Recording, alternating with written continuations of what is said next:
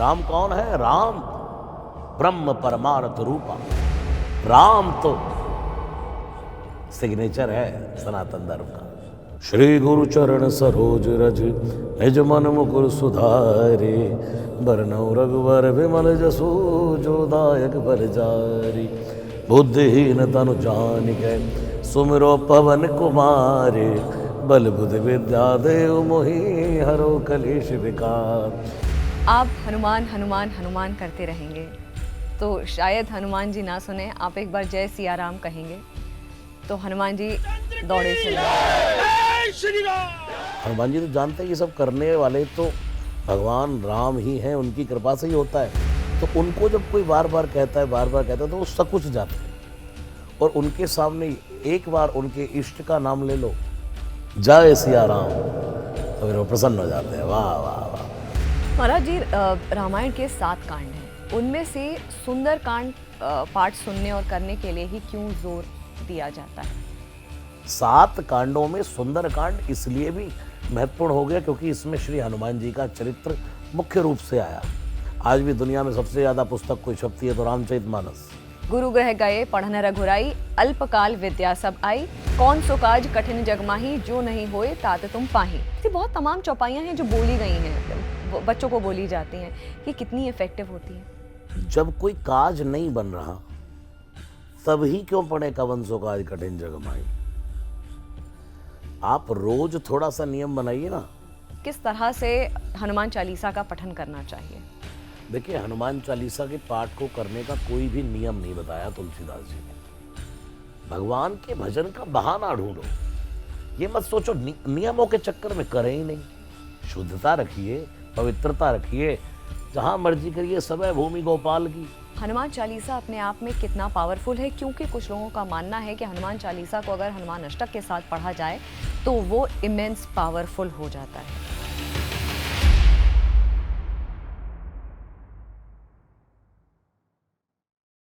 नमस्कार, जागरण मंथन में आप सभी का स्वागत है। मैं हूं स्मृति रस्तोगी। आज हमारे इस एपिसोड में एक सुप्रसिद्ध सुंदरकांड वाचक हैं। लो-फाई म्यूजिक में इनका गाया हुआ हनुमान चालीसा, बजरंग बाण, हनुमान अष्टक युवाओं के बीच में एक रेज है। सभी बहुत पसंद करें, ना केवल भारत में लेकिन विश्व भर में इनका नाम बहुत ही अब आम हो चुका है, क्योंकि लोग इनके म्यूजिक को, इनके गाए हुए ये जो भजन है, सुंदरकांड है, हनुमान चालीसा है, इसको रिलैक्सिंग मान रहे हैं। उसके साथ साथ बहुत ही प्रेरणादायक है। हमारे साथ हैं रसराज जी महाराज। आपका बहुत बहुत स्वागत है। जय सिया राम। जय सिया राम, जय सिया राम। बहुत बहुत प्रणाम। खूब हनुमान जी कृपा करें। शुरुआत करें महाराज जी, तो उससे पहले मैं आपसे अनुरोध करूंगी कि दर्शक क्योंकि अभिलाषी होंगे, उम्मीद कर रहे होंगे कि शुरुआत कुछ आपके गाए हुए चंद या बोले हुए चंद जो आवाज़ है आपकी वो सुनना चाहेंगे। राम राम राम श्री राम, राम राम राम, श्री राम राम राम, श्री राम राम राम राम, श्री राम राम राम राम। बहुत ही राममय मतलब हो गया है इस वक्त माहौल भी। लेकिन उससे पहले कई सवाल थे मन में और तैयार भी किए थे मैंने, सब बदल गए हैं। शुरुआत करना चाहूँगी कि क्यों हनुमान जी, क्यों भगवान श्री राम और क्यों कथावाचन? क्योंकि हनुमान जी ही जीवन है और कथावाचक होना तो अस्तित्व का नियम होता है, उसका फैसला है। जीवन में कोई भी कभी भी कुछ भी बनता है तो उसमें उसका एक एफर्ट तो होता ही है, लेकिन कहीं ना कहीं मुझे लगता है कथावाचक भगवान की गायन की ड्यूटी तो परमात्मा स्वयं लगा कर भेजते हैं। एक और आपने बहुत सुंदर बात कही थी किसी पॉडकास्ट में, जो मैंने सुनी थी कि आप हनुमान हनुमान हनुमान करते रहेंगे तो शायद हनुमान जी ना सुने। आप एक बार जय सिया राम कहेंगे तो हनुमान जी दौड़े चले आएंगे।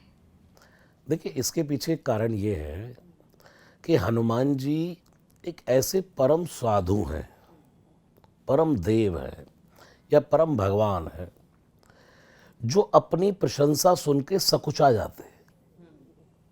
जैसे कोई बहुत डेडिकेटेड आदमी हो, उसने किसी का बहुत अच्छा किया हो, उसका बार बार कोई रिगार्ड करे तो वो अंदर से कहता है बस यार। ऐसे ही श्री हनुमान जी हैं, निज गुण श्रवण सुनत सकुचाही। अपने गुणों को सुनकर उन्हें ऐसा लगता है नहीं, शर्मिंदा हो रहा हूँ। जैसे कोई अभिमानी व्यक्ति होगा, उसको अरे वाह आप तो ये हो, आपने ये किया, तो वो और फूल जाएगा। और कोई जिसको लगता है कि मैंने कुछ नहीं किया, भगवान की कृपा से सब कुछ हो रहा है, हनुमान जी तो जानते हैं कि सब करने वाले तो भगवान राम ही हैं, उनकी कृपा से ही होता है। तो उनको जब कोई बार बार कहता है तो वो सकुच जाते हैं। और उनके सामने एक बार उनके इष्ट का नाम ले लो, जय सिया राम, तो फिर वो प्रसन्न हो जाते हैं। वाह वाह वाह, तूने मेरे मन की बात कह दी। अच्छा महाराज जी, क्योंकि आपसे बात भी हो रही थी शो से पहले, तो हमने डिस्कस किया था कि आपकी उम्र इतनी नहीं है। जी। आपने बहुत ही सहज तरीके से मुझे बोला कि मैं सिर्फ 34-34 साल का ही हूँ। ये एक ऐसी उम्र होती है कि लोग अपना भविष्य सोच रहे होते हैं, बना रहे होते हैं, कुछ कंफ्यूज्ड होते हैं और ज़िंदगी की जद्दोजहद में लगे रहते हैं। लेकिन क्यों आपने कथा वाचन, आपका मतलब आपका बैकग्राउंड, फैमिली बैकग्राउंड क्या रहा है? हमारे परिवार में कोई भी कथावाचक नहीं है। अच्छा। हमारे पिताजी एक दुकान करते, अब भी करते, मैं भी वहीं बैठ जाता था। लेकिन शुरू से मेरी रुचि भगवान के भजनों को गाने में रही। और मैं आपको आज तक मैंने किसी पॉडकास्ट पर नहीं बताया, आपको बता रहा हूँ इस पर, कि मैं पहले कीबोर्ड प्लेयर रहा। बड़े बड़े शोज़, बड़े बड़े कथावाचकों के साथ संगीत देता था मैं, उनकी कथाओं में गाता था, पद गायन करता था, क्लासिकल भारतीय शास्त्रीय रागों में। तो फिर किसी एक दिन संत ने मुझे कहा कि नहीं, तुम्हारा जीवन इस काम के लिए नहीं है, कुछ अपना करो। तो उन्होंने कहा और मैंने भी मान लिया। मैं अपने घर पर आया, हमारे दादाजी ने 2 मंदिर बनवाए हैं, एक 1000 गज में बहुत बड़ा और एक और। तो मैंने उनसे कहा कि मुझे कथा करनी है। उन्होंने कहा ठीक है। वो कथा स्टार्ट हुई, उसके बाद मुझे नहीं पता कि ये जर्नी यहाँ तक कैसे पहुँच गई।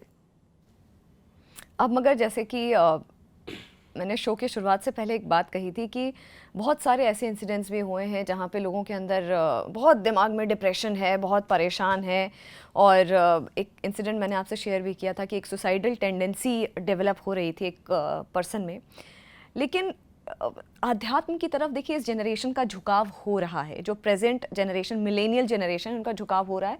आपका जब गाया हुआ सुंदरकांड पार्ट लो-फाई म्यूज़िक में सुना, हनुमान चालीसा लो-फाई म्यूज़िक में सुना, तो सुनते चले गए। पहली बात है, ये लो-फाई म्यूज़िक इतना सूदिंग क्यों होता है? देखिए, ये प्योर राग में है, भारतीय शास्त्रीय रागों का असर तो जानवरों पर भी होता है। भारतीय शास्त्रीय संगीत में हमारे 4 वेदों में सामवेद गायन का वेद है। आप देखिए, फॉरेनर्स, बाहर की कंट्रियों में हमारे भारतीय शास्त्रीय संगीत में गाने वालों को बुलाया जाता है और वो लोग सुनते हैं। अब आज का जो यंग जनरेशन है, उनको चाहिए ढिक चिकड़ाक चिक डिस्को, ये लोफाई बीट्स वगैरह सब। तो हमने क्या किया, बीट उठाई वेस्टर्न, और जो उसमें स्वर डाला वो शुद्ध राग का, प्योर राग। मैं अभी भी सुंदरकांड गाता हूँ, भगवान की कथा करता हूँ, तो हमारा राग जो स्टार्ट हो जाता है, हम उसको प्योर गाते हैं, शुद्ध राग, उसमें मिलावट नहीं करते। और राग की अपनी कैसी महत्वता होती है, जैसे हमने शुरू करा, श्री गुरु चरण सरोज रज निज मन मुकुर सुधारे, बरनौ रघुवर विमल जसु जो दायक फल चारि, बुद्धिहीन तनु जानिकै सुमिरो पवन कुमारे, बल बुद्धि विद्या देव मोहि हरो कलेश विकार। जय हनुमान ज्ञान गुण सागर, एकदम बीट आई, ठीक कड़ाक से, हाँ। और स्वर क्या चल रहे हैं, ने दा सा, पा मा गा मा गा रे, नी रे गा रे नी रे सा। संगीत का असर है, राग का असर है। और राग, ये जो यमन है, ये रागों का राजा है। इसको गाते ही एकदम पॉजिटिविटी, खुशी, मतलब सब कुछ एकदम सौम्यता और रिलैक्स, मतलब एकदम प्रसन्नता सी, क्योंकि रागों का अपना अपना असर है ना। सैड राग, खुशी का राग, तो ये यमन राग जो है, ये तो रागों का राजा है। जब गाना शुरू करोगे बाहर आ जाती है एकदम, शाम का राग है। अच्छा, आप युवाओं से कैसे कनेक्ट करते हैं? क्योंकि युवा, जैसे कि आपने बताया, अभी आप ऑफिस में भी हमारे ऐसे ही वॉक करते हुए स्टूडियो की तरफ आ रहे थे, तो आपको हमारे काफ़ी कोलीग्स मिले जिन्होंने आपको पहचाना, आपसे बोला कि हम अभी भी आपका जो गाया हुआ लो फाइव में हनुमान चालीसा या सुंदरकांड सुन रहे हैं। आप खुद को कैसे कनेक्ट करते हैं ऐसी? देखिए, सबसे पहले तो बहुत धन्य मानता हूँ मैं अपने आप को। कथाओं के नाम पर सबसे पहले उनको भेजा जाता था जो घर के बूढ़े हैं। चलो भाई, भगवान का सुंदरकांड का पाठ हो रहा है, कौन जाएगा, दादाजी को भेजो, दादी को भेजो कथा सुनने के लिए। लेकिन आज सबसे बड़ा गौरव तो मुझे ये होता है कि भगवान ने ये कृपा मेरी वाणी के द्वारा ही करवाई कि दुनिया ने युवाओं को नशा दिया, भोग भोगादि काम वासनाओं में लिप्त हैं। लेकिन अपनी वाणी के द्वारा जहाँ मैं निकल जाता हूँ, बुजुर्ग पहचाने ना पहचाने, लेकिन एक एक युवान, लड़का लड़की, सब देखते ही लोफाई महाराज जी। तो मुझे ये बड़ी कृपा लगती है। और मैं जब सुंदरकांड भी करता हूँ तो मेरा फोकस रहता है युवानों पर। बूढ़ों ने तो कर लिया, उन्होंने तो अपनी जीवन जी लिया। अब हमारे भारत का भविष्य कौन है? मेरे भाई, मेरी बहनें। ये लोग अपने आप में हनुमान जी से कनेक्ट हों, क्योंकि मैं जानता हूँ कि हनुमान जी की महिमा अपरंपार है। आप राम भक्त हों स्वागत, कृष्ण भक्त हों स्वागत, देवी दुर्गा के भक्त हों स्वागत, किसी के भी भक्त हों आप स्वागत। लेकिन अगर हनुमान जी की भक्ति करते हैं तो जो आपके लाइफ का एम है, हवा क्या करती है? पुश करती है, दिखती नहीं है। आप जिस मार्ग में आगे जाना चाहते हैं, हनुमान जी आपके साथ आपको आगे बढ़ाने के लिए हवा के रूप में पीछे पड़ जाते हैं। महाराज जी, रामायण के 7 कांड हैं, उनमें से सुंदरकांड पाठ ही क्यों इतना फेमस है, और सुंदरकांड पाठ सुनने और करने के लिए ही क्यों जोर दिया जाता है? देखिए, ये भी बातें मैंने कई जगह बोली हैं। मैं यही कहना चाहता हूँ कि सिर्फ सुंदरकांड ही नहीं करें, सुंदरकांड भी करें। 7 कांड हैं: बाल कांड, अयोध्या कांड, अरण्य कांड, किष्किंधा कांड, सुंदरकांड, लंका कांड, उत्तरकांड। मैं रोज रामचरितमानस का पाठ करता हूँ। अभी आपके यहाँ पर आया, जल्दी मुझे घर से निकलना था, तो मैंने फटाफट से मानस उठाई और उसका पाठ जो मेरा चल रहा है, अयोध्या कांड, भरत जी का प्रसंग चल रहा है, उसको पढ़कर आया। मैं युवानों को ये कहता हूँ, सिर्फ सुंदरकांड ही मत सुनिए, कभी अपने घर में रामचरितमानस रखो। और रोज आपके पास 5 मिनट है तो 5 मिनट, 2 मिनट है तो 2 मिनट, और इतना भी समय ना होना मेरे भाई बहन, मैं तो कहता हूँ भाई, अपने घर में रामचरितमानस खोल के, जो पृष्ठ खुला हो उस चौपाई को ही पढ़ के और उसको प्रणाम करके चले जाओ। देखो हनुमान जी चौकीदारी ना करने लगे तो। 7 कांडों में सुंदरकांड इसलिए भी महत्वपूर्ण हो गया क्योंकि इसमें श्री हनुमान जी का चरित्र मुख्य रूप से आया, इसलिए घर घर में सुंदरकांड गाया जाता है। आज भी दुनिया में सबसे ज़्यादा पुस्तक कोई छपती है तो रामचरितमानस, उससे भी ज़्यादा कोई छपती है तो सुंदरकांड, और उससे भी ज़्यादा कोई पुस्तक छपती है तो छोटा सा हनुमान चालीसा। अच्छा, सुंदरकांड की बात कर रहे हैं तो सुंदरकांड हालांकि मैंने भी पढ़ी है, एक बार नहीं कई बार पढ़ी है। उसमें जो एक इम्पॉर्टेंट फैक्टर मुझे लगता है, हालांकि आपकी कथाओं में वो जो फैक्टर है वो फुलफिल होता है कि मतलब समझ करके जब आप पढ़ते हैं, बहुत ज़रूरी मुझे लगता है महाराज जी ये होता है कि जब आप कोई ऐसा रिलीजियस स्क्रिप्चर पढ़ रहे हैं, कोई जैसे ग्रंथ पढ़ रहे हैं, आप सुंदरकांड पढ़ रहे हैं, तो आप जो पढ़ रहे हैं चौपाइयाँ, उन चौपाइयों का अर्थ भी आपको समझ में आना चाहिए। बिल्कुल। कुछ लोगों को बड़ा ये गलत फहमी है कि ये सुंदरकांड रामचरितमानस संस्कृत में है तो पढ़ने से डरते हैं। लेकिन मैं बताऊं, ये शुद्ध हिंदी है, हिंदी में भी अवधी अवधी भाषा, भाषा है जी। गांव की ग्राम में गिरा तुलसीदास जी की अवधी बोली। शुरुआत सुंदरकांड की श्लोक से है। शांतम शाश्वतय प्रमेयमनघम निर्वाण शांति प्रदम। आप देखिए पहला ही शब्द क्या है, शांतम। अब बोलिए राम राम। राम नाम ही शांति देने वाला है। शांतम किसको कहा, शांतम श्री राम को। और एक दो पल के लिए, जैसे हम तो अभी शांत हैं, अभी हमें कोई शिकायत हड़बड़ हो जाएगी, लेकिन राम जी क्या है, शाश्वत सदा, अप्रमेय मनघम, प्रमाणों से परे, निर्वाण शांति प्रदम, देते क्या है, शांति भरा निर्वाण देते हैं। ब्रह्मा शंभु फणेन्द्र सेव्य मनीषम, जिसको ब्रह्मा विष्णु कौन कौन सेवते हैं। वेदांत वेद्यम विभूम, वेदांत भी जिसको विभूम कह करके पुकारता है। रामाख्यम, उनको हमने राम कह करके पुकारा। जगदीश्वरम सुरगुरुम माया मनुष्यम हरिम, इतना कुछ होने के बाद भी माया कर रहे हैं मनुष्य के रूप में।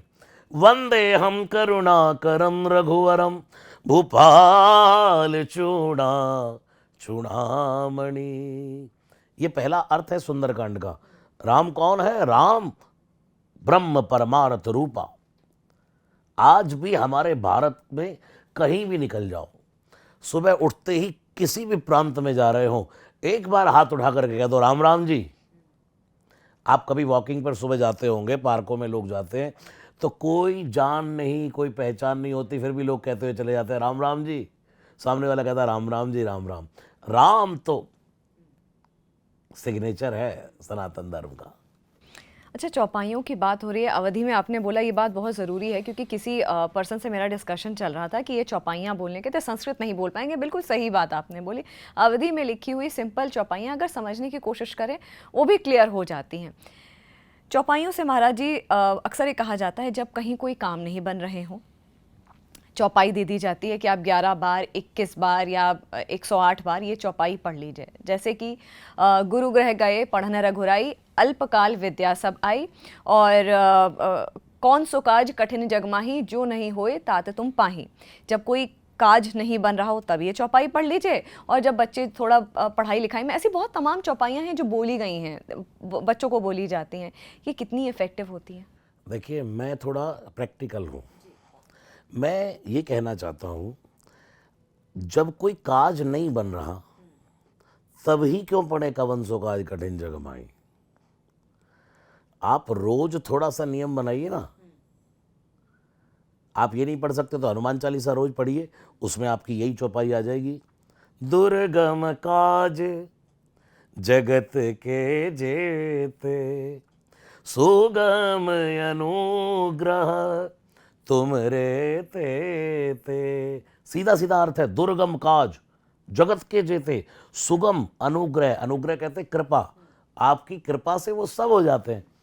अब गाड़ी हम चलाएं और हमें पता लगे भाई पेट्रोल ख़त्म हो गया, फिर धक्का मार करके पेट्रोल पंप पर लेकर के जाएं, ऐसा कोई करता है? हम क्या करते हैं, हमें पता है मीटर डाउन हो गया, टक टक टक टक, भाई बीप कर गई है गाड़ी, पेट्रोल डलवा लो। कुछ लोग बिना बीप हुए ही पेट्रोल डलवा लेते हैं, वो टेंशन फ्री रहते हैं। बीप भी कर जाएगी तो आपको इतनी तो धक धक हो ही जाएगी अंदर कि यार अभी कितनी चल सकती है गाड़ी, पेट्रोल पंप कितनी दूर होगा।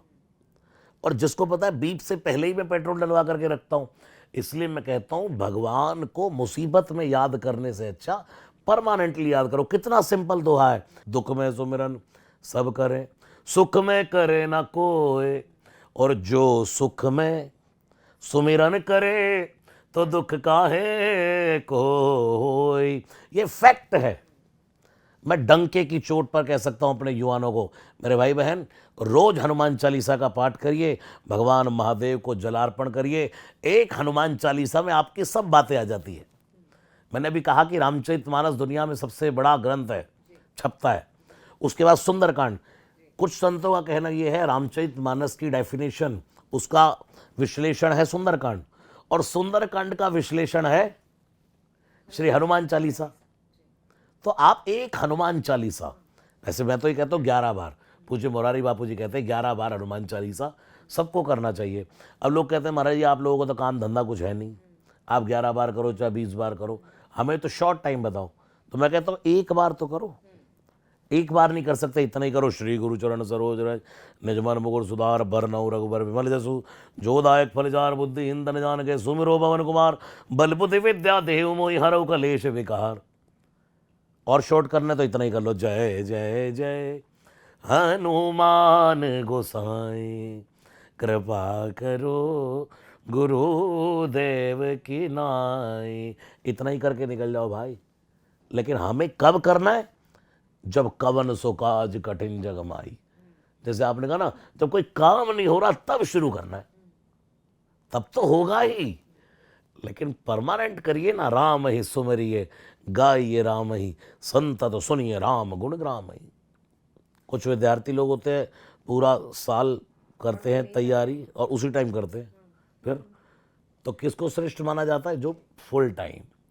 इसलिए मैं ये नहीं कहता आप इंस्टा चलाओ, फेसबुक चलाओ, व्हाट्सएप चलाओ, मोबाइल में ही लगी है दुनिया, ऊपर वाले को ऊपर भेज रही है, नीचे वाले को नीचे भेज रही है, इसी में ही लगी है बस। हाँ, लेकिन जब आपको लगे कि अब मुझे कुछ काम नहीं है, उस समय गाओ राम कृष्ण महादेव दुर्गा, जो आपका गुरु मंत्र हो, जिस नाम में आपकी रुचि हो, ये आपको बिल्कुल भर देगा, आपकी बैटरी चार्ज हो जाएगी बिल्कुल।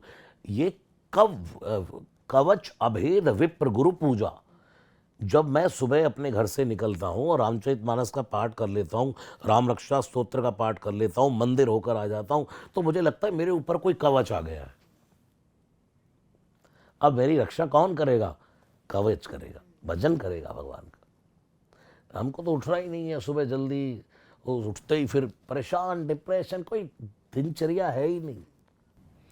अच्छा महाराज जी, एक और चीज़ है, क्योंकि आप हनुमान चालीसा की विशेषताएं बता रहे हैं, तो हनुमान चालीसा अपने आप में कितना पावरफुल है? क्योंकि कुछ लोगों का मानना है कि हनुमान चालीसा को अगर हनुमान अष्टक के साथ पढ़ा जाए तो वो इमेंस पावरफुल हो जाता है। देखिए, हनुमान चालीसा अपने आप में पावरफुल है।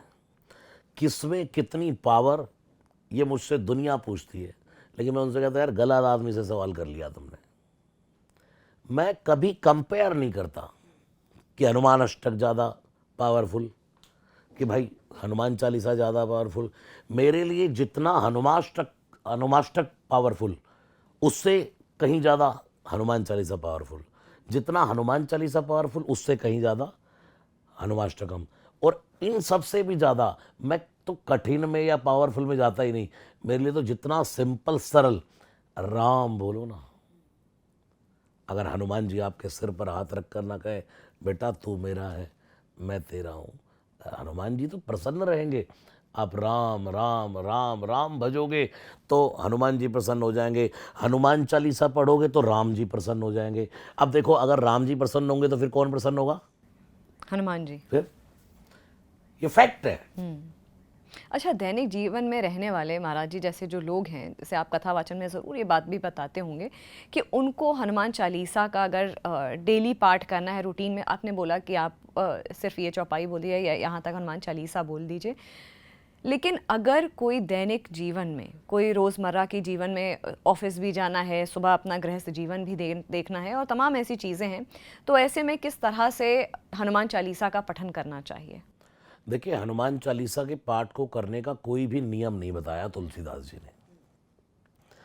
चौपाई कहती है जो शत बार पाठ करे कोई, जो, ये तो नहीं लिखा स्त्री पढ़े पुरुष पढ़े, पुरुष नपुंसक नारी वा जीव चराचर कोय, जो यह पढ़े हनुमान चालीसा तो हो यह सिद्धि।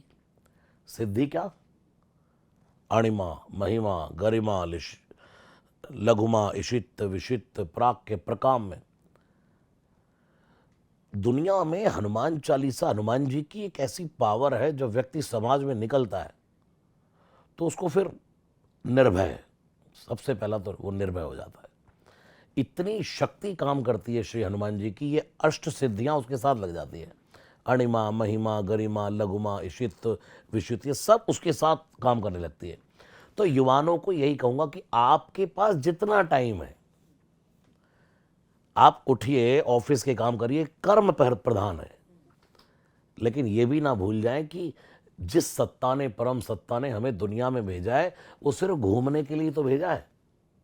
यहाँ परमानेंट नहीं है, हम कुछ समय के लिए हैं। तो हमें दुनिया के सब काम भी करने हैं, लेकिन उन कामों में से कुछ समय निकाल करके, अगर चलो आप बहुत बिजी हैं, नहीं कुछ कर पा रहे, आपको टाइम नहीं मिल पा रहा, अपनी गाड़ी में करिए, स्कूटी पे करिए, भोजन बनाते बनाते करिए। हमारा तो रोज का नियम है, गाड़ी में बैठते ही हनुमान चालीसा, अभी आपने जो कार भेजी उसमें करके आया हूं मैं। भगवान के भजन का बहाना ढूंढो, ये मत सोचो नियमों के चक्कर में करें ही नहीं। शुद्धता रखिए, पवित्रता रखिए, जहां मर्जी करिए। सब भूमि गोपाल की, हरि व्यापक सर्वत्र समाना, प्रेम ते प्रकट होई मैं जाना। जहां भजोगे वहीं परमात्मा है। आपने बहुत ऐसी बातें महाराज जी बोली जो दिल को छू गई। और एक और ख़ास बात जो मुझे याद आई कि चलिए मैं आपको बता दूं कि मुझे हनुमान चालीसा इतनी अच्छी लगती है। हर एक जो उसमें लिखा गया, हर एक चौपाई जो लिखी गई, हर एक जो सेंटेंस लिखा गया, उसकी इतनी अहमियत है।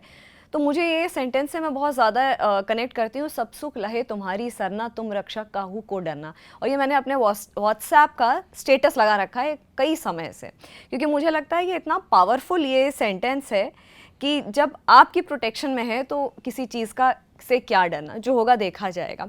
अच्छा, इससे एक बात आती है बजरंग बाण की। मैं बात करूँगी बजरंग बाण कब पढ़ना चाहिए, क्योंकि अलग अलग वर्जन है इसके।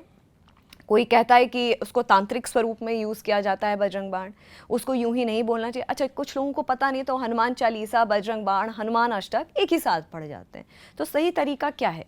देखिए, 2 प्रश्न हो गए आपके। सबसे पहला, सब सुख लहें तुम्हारी शरणा, ये हमारे साथ के सब लोग जानते हैं बाबा जी बैठे। मेरे 90%, 100% में से 90% पाठ ऐसे होते हैं सुंदरकांड के जिसमें ये संपुट होता है, सब सुख लहें तुम्हारी सरना, तुम रक्षक काहू को डरना।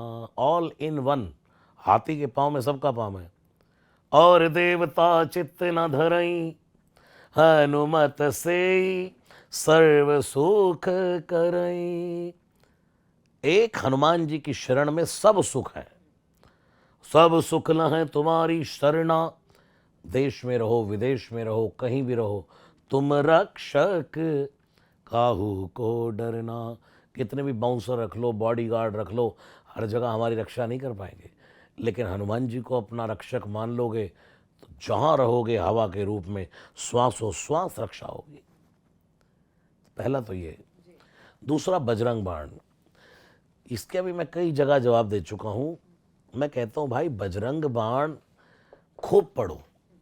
अगर आप आज, मैं सबसे ज़्यादा जो मेरा ट्रेंड पर है वो हनुमान चालीसा नहीं, हनुमाष्टकम नहीं, बजरंग बाण। हर व्यक्ति बजरंग बाण से रिलैक्स पा रहा है, तो हम कैसे कह सकते हैं कि बजरंग बाण कोई नेगेटिविटी कर देगा। लोगों ने इतना कहा कि इन्हें मार तो शपथ राम की, राख नाथ मर्याद नाम की, कि भाई इसमें राम जी को कसम दी गई है, हनुमान जी को कसम दी गई है।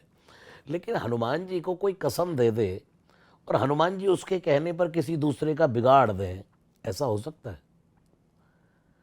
किनको मारने की बात की है? शत्रुओं को मारने की बात की है। शत्रु तो अंदर भी बैठे हैं।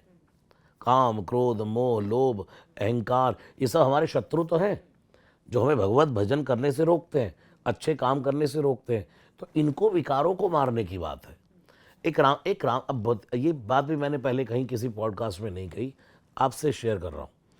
भगवान के 4 भाई हैं, राम, लक्ष्मण, भरत, शत्रुघ्न, चारों भाई। इनके जब नामकरण होने लगे तो शत्रुघ्न जी का जब नाम रख रहे हैं तो वहां क्या कह रहे हैं? जाके सुमिरन ते रिपुनासा। रिपु कहते शत्रुओं को। जाके सुमिरन ते रिपुनासा, नाम शत्रुघ्न वेद प्रकाशा। इसका नाम मैं रखता हूं शत्रुघ्न। क्यों? इसके नाम को जपने से शत्रुओं का नाश हो जाएगा। तो लोगों ने क्या किया? अपने कोर्ट पे केस चल रहे हैं, यही चौपाई रखनी शुरू कर दी। तो पूज्य बापू के द्वारा फिर मैंने सुना ये कि भाई कौन से शत्रुओं को मारने की बात हो रही है, भीतरी शत्रुओं को मारने की बात हो रही। ऐसे ही हनुमान जी को जो शपथ दी गई बजरंग बाण में, वो शपथ दी गई है तुलसीदास जी का उनसे प्रेम का नाता है। कभी उन्हें शपथ दे रहे हैं, कभी यार कह रहे हैं, कभी प्रेम से स्वामी कह रहे हैं, कभी भाई कह रहे हैं, कभी तात कह रहे हैं, कभी मात कह रहे हैं, और ये चलता है। ऐसा नहीं है कि हम जो कहेंगे वो भगवान कर देंगे। ऐसे वक्रतुंड महाकाय सूर्यकोटि समप्रभ निर्विघ्नम कुरमे देव सर्व कार्येषु सर्व। गणेश जी सर्व कार्य कर देंगे आपके। शुभ कार्येषु सर्वदा, जिस कार्य में शुभ होगा वो कार्य भगवान करेंगे। जहां किसी की अच्छे करने की भावना से आप बजरंग बाण का पाठ करेंगे तो वो अच्छा होगा। और अगर कोई इसका पाप वाप लगता हो तो मुझे दे दो। और क्या।